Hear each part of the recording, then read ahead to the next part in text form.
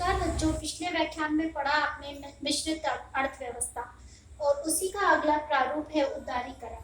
तो सबसे पहले हम पढ़ते हैं उदारीकरण क्या है, इसकी प्रस्तावना में कि उदारीकरण क्यों आवश्यक हुआ और किस प्रकार से इसमें हमें लाभ मिला। तो उदारीकरण भारत की आर्थिक और औद्योगिक नीतियां 1980 तक उन्हीं सिद्धांतों व नीतियों पर आधारित रही जो 1948 में आरंभ की गई।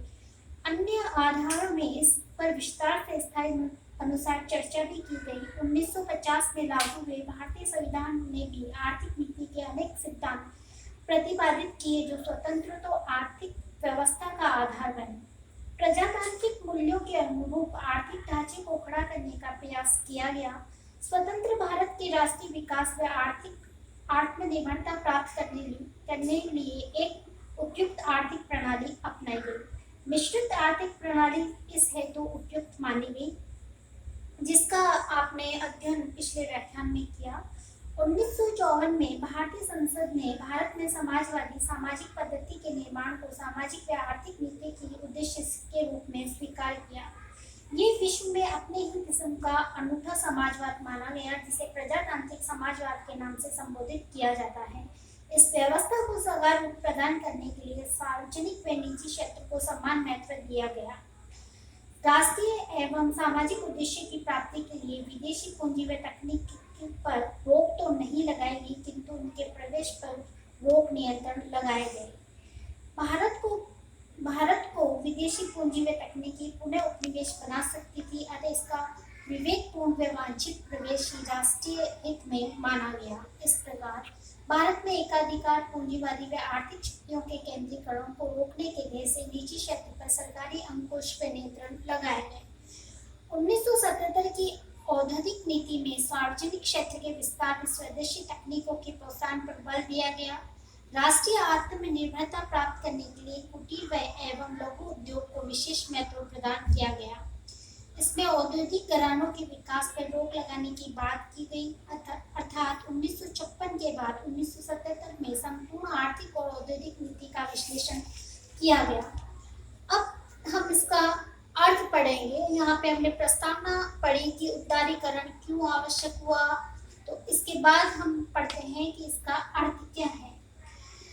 उदारीकरण से तात्पर्य क्या है, ये प्रश्न स्वाभाविक रूप से उठता है। यदि हम भाषा और शब्द अर्थ पर जाए तो ऐसा लगता है कि स्वतंत्रता के बाद से अपनाई गई आर्थिक नीति कठोर थी।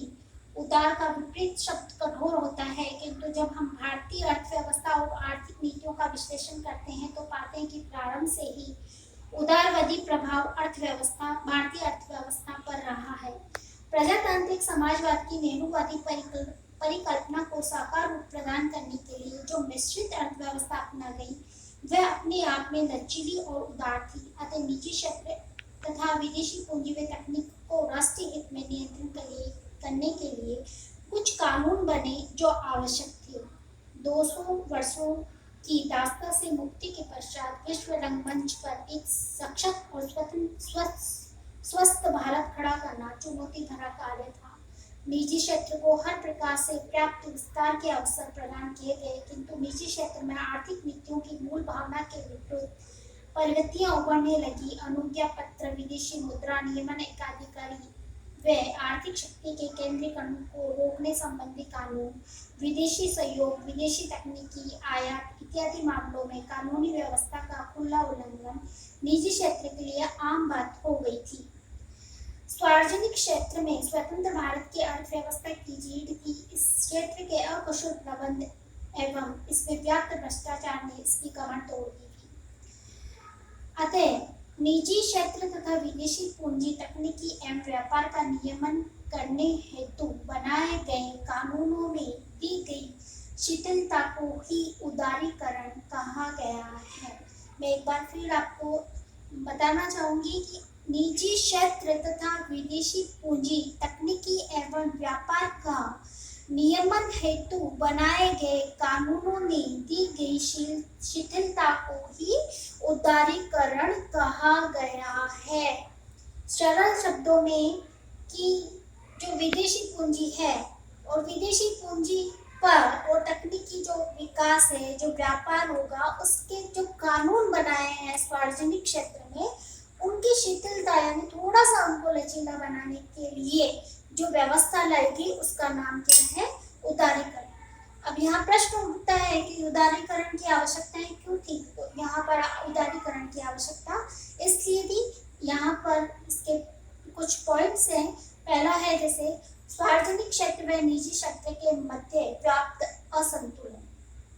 जैसा कि आपको पिछले व्याख्यान में मैंने बताया कि स्वतंत्र भारत की अर्थव्यवस्था की नींव रखते समय ये माना गया था कि राज्य की भूमिका महत्वपूर्ण रहेगी। सार्वजनिक क्षेत्र व निजी क्षेत्र एक दूसरे के प्रतियोगी अथवा विरोधी नहीं होंगे, ये एक दूसरे के पूरक होंगे, किंतु दोनों के मध्य उपयुक्त तालमेल के अभाव में असंतुलन उत्पन्न होगा, जिससे देश की आर्थिक प्रगति वांछित रूप में नहीं हो सकी। विश्व प्रदेश में भारत की औद्योगिक छवि पिछड़े देशों की बनी रही। आर्थिक प्रगति में आई रुकावटों को दूर करने के प्रयासों में दोनों क्षेत्रों के मध्य पुनः संतुलन स्थापित करने के लिए उदारीकरण की आवश्यकता पड़ी। अतः जो सार्वजनिक और जो निजी क्षेत्र है यानी S+N, सार्वजनिक और निजी क्षेत्र के बीच में जो असंतुलन है उसको समाप्त करने के लिए उदारीकरण की व्यवस्था अपनाई गई। दूसरा है अनुज्ञा पत्र एवं अन्य निरोधक कानूनों की अपर्याप्तता। आर्थिक व औद्योगिक विकास को सामाजिक व राष्ट्रीय हितों की ओर मोड़ने के लिए अनेक कानून बनाए गए। राज्य की महत्वपूर्ण भूमिका दो तरीकों से संभव मानी गई।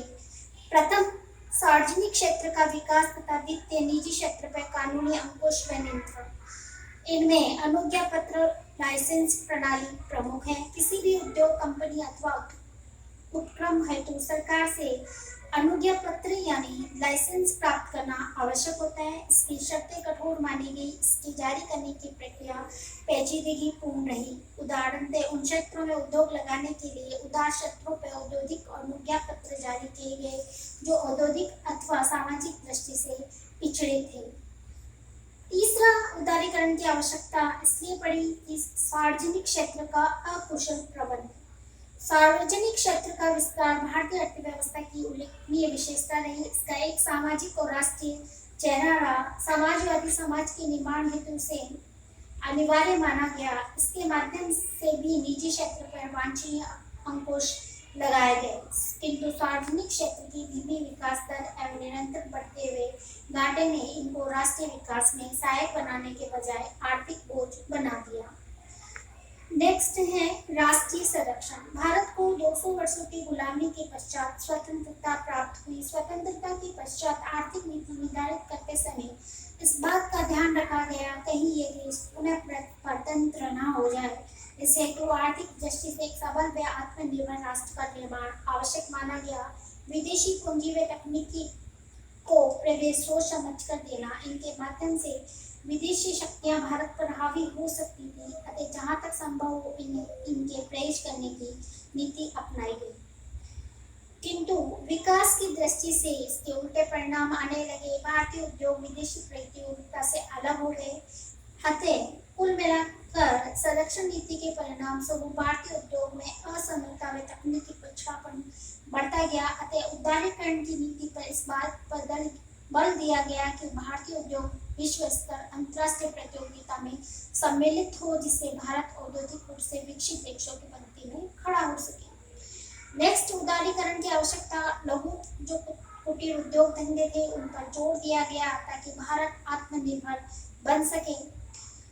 और उदारीकरण की आवश्यकता पिछड़े पूंजीवाद का निर्माण करने के लिए मिश्रित अर्थव्यवस्था के अंतर्गत पूंजीवाद के विकास पर रोक नहीं लगाई गई थी, किंतु उसके विकास के मार्ग में अनेक अवरोधक अवश्य लगाए गए थे। इससे स्वस्थ और विकसित पूंजीवाद का प्रभाव नहीं हो सका। भारतीय पूंजीवाद पूर्णतः प्राप्त न कर अधूरा रहे। इतनी सक्षम पूंजीवादी व्यवस्था विकसित नहीं हो सकी जो स्वतंत्र रूप से भारतीय अर्थव्यवस्था का संचालन कर सके।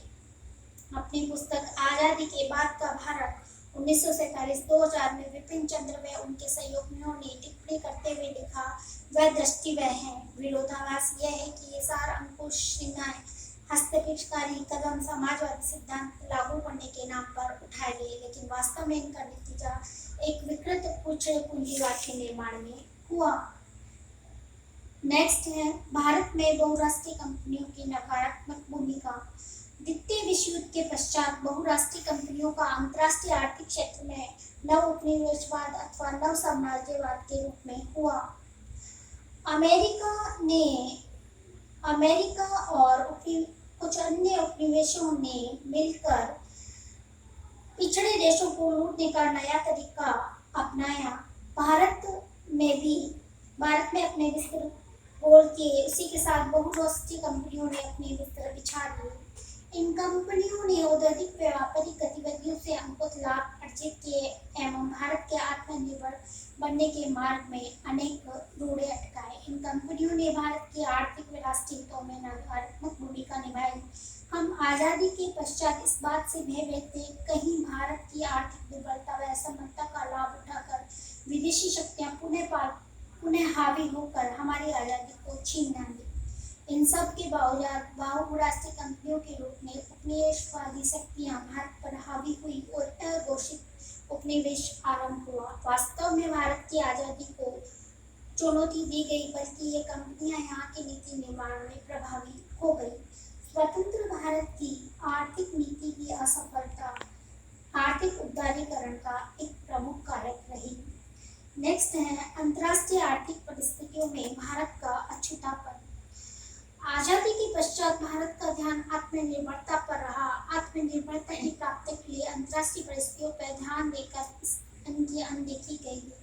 द्वितीय विश्व युद्ध के पश्चात विश्व के सभी देश एक दूसरे के काफी समीप आए, एक नजदीक विश्व समुदाय अस्तित्व में आया। इसी के साथ उत्पादन के अंतर्राष्ट्रीय की प्रक्रिया आरंभ हुई। भारत को लंबे संघर्ष के पश्चात औपनिवेशिक दासता से मुक्ति मिली। अतः स्वाभाविक तौर पर स्वतंत्र भारत की आवश्यकता आर्थिक आत्मनिर्भरता प्राप्त करनी थी। भारत ने प्राथमिकता आत्मनिर्भरता को प्रदान की। राष्ट्रवादी एवं जनवादी मूल्यों के अनुरूप आर्थिक रूप से पिछड़े आर्थिक आत्मनिर्भरता आंशिक रूप से प्राप्त की जा सकी। अतः ये इसकी आवश्यकता रही। कुछ पॉइंट्स मैंने आपको बताया कि किन कारणों से उदारीकरण की आवश्यकता रही। सारांश ये है कि भारत को आत्मनिर्भर बनाने के लिए उदारीकरण को लाया गया। अब हम इसकी समीक्षा कह लीजिए या इसका निष्कर्ष करते हैं कि स्वतंत्रता के पश्चात जो आर्थिक ढांचा अपनाया गया उसके वांछित परिणाम नहीं मिले। प्रारंभ से ही द्वैतता का तत्व बना रहा। विदेशी पूंजी व तकनीकी के अपनाने से परहेज भी करते रहे। भारत में इनके प्रवेश को प्रतिबंधित नहीं कर सके। इस प्रकार वैश्विक अर्थव्यवस्था अपना स्वरूप स्पष्ट नहीं कर सकी। सार्वजनिक क्षेत्र अपने लक्ष्यों की प्राप्ति से दूर रहा। निजी क्षेत्र पर नेक अंकुश के बावजूद भी अपने मनमाने से बाज नहीं आया। अतः भारत में विश्व की प्रथम जो शक्ति बनने की संभावनाएं भरपूर है। आवश्यकता है एक सफल और सक्षम नेतृत्व की। अभी तक भारत की नीतिगत एक त्रासदी रही है कि वे किसी एक और अत्यधिक झुकाव तार्किक और संतुलित तत्व का अभाव भारत की आर्थिक नीतियों में बना हुआ है।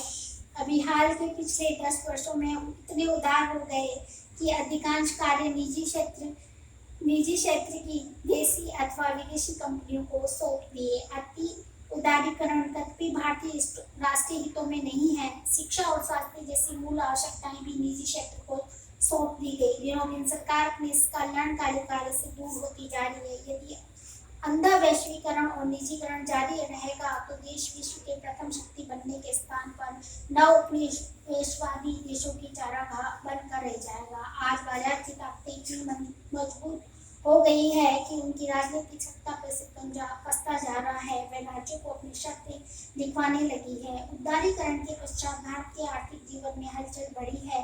बाजारी कारोबार में भारी उठावा आया है, किंतु उदारीकरण के परिणाम अभी बाकी हैं। 1985-86 से आरंभ हुई उदारीकरण की प्रक्रिया 1990 तक पहुँचते पहुँचते एक आकृति प्राप्त की। सही अर्थों में उदारीकरण की आयु 16 वर्ष हुई है, जो अत्यधिक नाजुक है। इसका मूल्यांकन इसकी प्रौढ़ अवस्था में ही हो सकेगा और वर्तमान में भी इसका चल रहा है। धन्यवाद बच्चों। मैंने आज आपको उदारीकरण वाला टॉपिक समझाया और मुझे पूर्ण आशा है कि इस जो टॉपिक है इसको आप समझ पाए हैं। इसका जो सारांश है, आपने जो पिछले व्याख्यान में मिश्रित अर्थव्यवस्था, अगर आप मिश्रित अर्थव्यवस्था अच्छे से पढ़ेंगे और अच्छे से समझेंगे तभी आपको जाके उदारीकरण समझ में आएगा। ये जो उदारीकरण है इसका सरल शब्दों में अर्थ या शाब्दिक शब्दों में अर्थ हम ये समझना पाएंगे कि जो व्यवस्था भारतीय अर्थव्यवस्था में अपनाई गई उस व्यवस्था का जो स्वरूप है, यानी भारत को आत्मनिर्भर बनाने के लिए उदारीकरण की आवश्यकता हुई। धन्यवाद।